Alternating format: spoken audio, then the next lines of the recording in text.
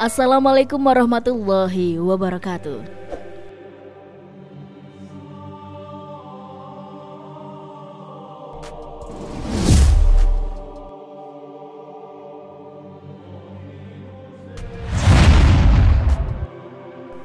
Alkisah, suatu ketika Nabi Isa berkata kepada ibunya, "Dunia ini hanya sementara, sedangkan akhirat itu kekal. Untuk itu, marilah kita berangkat ke sebuah bukit yang ada di Lebanon untuk beribadah kepada Allah Subhanahu wa Ta'ala dengan berpuasa di siang hari dan sholat di malam hari." Perbekalan untuk mereka berdua pun sudah tersedia di bukit itu, yang berupa daun-daun untuk makanan dan air hujan untuk minumannya. Pada suatu hari, Nabi Isa pergi menuruni bukit untuk mengambil dedaunan untuk dijadikan makanan untuknya dan ibunya ketika berbuka puasa nanti. Tak lama setelah Nabi Isa beranjak pergi menuruni bukit, pada saat itu malaikat maut datang menemui ibunya. Setelah mengucapkan salam, kemudian sang malaikat maut berkata pada Maryam, "Wahai Maryam, yang tekun berpuasa di siang hari dan beribadah di malam hari." Kemudian Maryam yang penasaran pun bertanya, "Sebenarnya engkau ini siapa? Mengapa sekujur tubuhku bergetar mendengar suaramu dan pikiranku meracau karena wibawamu?" Lalu malaikat maut menjawab, "Aku ini yang tidak punya kasihan terhadap anak karena kecilnya, yang tidak hormat pada yang besar karena dewasanya. Akulah yang bertugas mencabut nyawa." Maryam pun sempat kaget mendengar tentang siapa sebenarnya tamunya ini. Kemudian Maryam melanjutkan bertanya, "Wahai malaikat maut, apakah kedatanganmu kepadaku ini hanya sekedar berkunjung atau engkau hendak mencabut nyawaku sekarang?" Malaikat maut berkata, "Siapkah engkau menghadapi maut?" Maryam pun menjawab, "Maukah engkau memberiku waktu sebentar saja, karena aku sedang menunggu anakku yang sedang mencari makanan untuk berbuka puasa."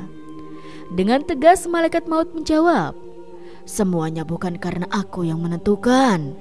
Aku ini hanyalah seorang hamba Allah yang diberi tugas. Demi Allah, sebenarnya aku tidak kuasa mencabut nyawa seekor nyamuk pun tanpa seizin Tuhanku. Aku tidak akan menunda sedikit pun untuk mencabut nyawamu di tempat ini." Dengan hati yang pasrah, Maryam pun berkata, "Wahai malaikat maut, engkau telah dipercaya mengemban tugas, maka sekarang laksanakanlah tugasmu itu."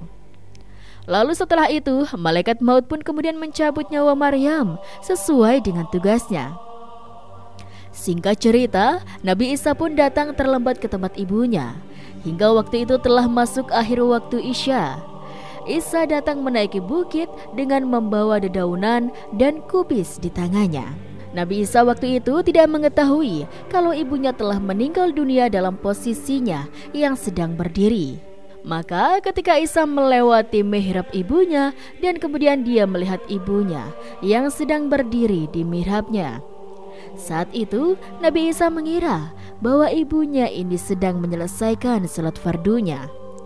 Setelah itu Nabi Isa alaihissalam meletakkan makanan yang dibawanya dan beliau pun beribadah di tempat yang tak kunjung dari situ hingga tengah malam. Setelah selesai beribadah, Nabi Isa kembali lagi ke mihrab ibunya. Rupanya Nabi Isa alaihissalam melihat sang ibu masih berdiri seperti tadi di mihrabnya. Kemudian Nabi Isa pun memanggil ibunya dengan suara yang penuh kasih. Nabi Isa berkata, "Salam sejahtera wahai ibuku, hari sudah semakin malam. Sekarang tibalah saatnya berbuka bagi yang berpuasa, serta tiba pula saatnya untuk kita beribadah malam. Kenapa ibu berdiam diri tanpa melakukan semua itu?" Setelah sekian lama menunggu tapi tidak ada jawaban dan reaksi dari sang ibu, lalu Nabi Isa pun kembali sambil berkata, "Memang tidur itu lebih nikmat." Setelah beberapa saat, Nabi Isa pun kembali ke mihrab ibunya dan memanggil sang ibu untuk yang kedua kalinya. Nabi Isa berkata, "Salam sejahtera tetaplah kepada bunda." Namun tetap saja ibu tak bereaksi sedikit pun. Nabi Isa berulang kali mondar-mandir ke mihrab ibunya sampai waktu pagi pun tiba. Menyadari ada hal yang tak biasa pada ibunya, kemudian Nabi Isa meletakkan pipinya pada pipi ibunya.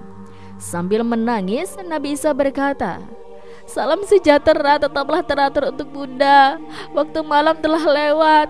Ini waktu siang sekarang telah menghampiri kita untuk melaksanakan ibadah sholat kepada Tuhan yang Maha Pemurah."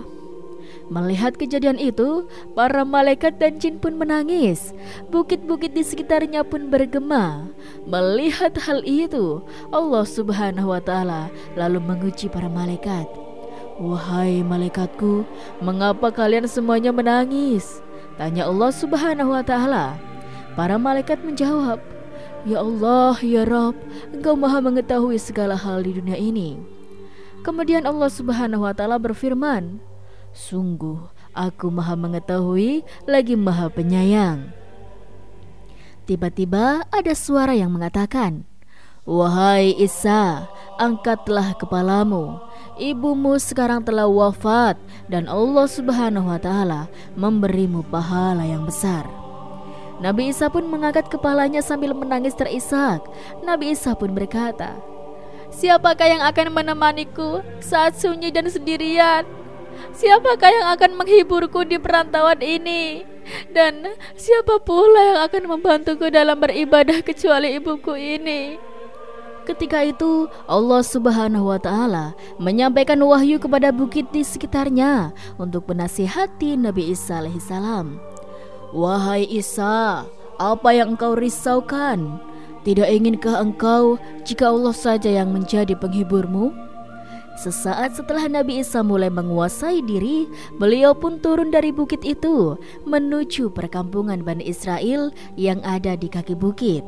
Nabi Isa hendak meminta bantuan kepada penduduk itu untuk membantu menguburkan jasad ibunya. Namun di luar dugaan, para penduduk kampung itu pada menolak dan tidak mau. Dengan alasan mereka takut menaiki bukit itu karena telah lama dipercaya bukit itu banyak dihuni ular kecil dan ular besar. Karena tak ada seorang pun yang mau membantunya, Nabi Isa pun kembali naik bukit ke tempat mihrab ibunya. Ketika tak tahu harus bagaimana caranya menguburkan ibunya, di perjalanan naik ke bukit itu, Nabi Isa bertemu dua orang pemuda yang baik hati. Dan ternyata kedua pemuda itu adalah malaikat, Jibril dan Mikail.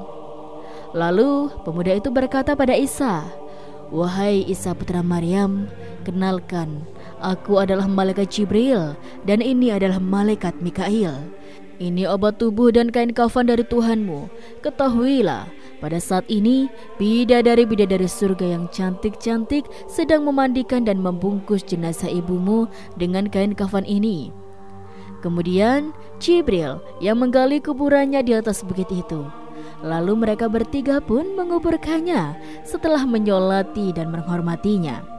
Sesaat setelah ibunya dikuburkan, Nabi Isa pun berdoa kepada Allah Subhanahu wa Ta'ala, "Ya Allah, ya Rabb, hanya Engkau yang melihat posisiku dan mendengar keluh kesahku.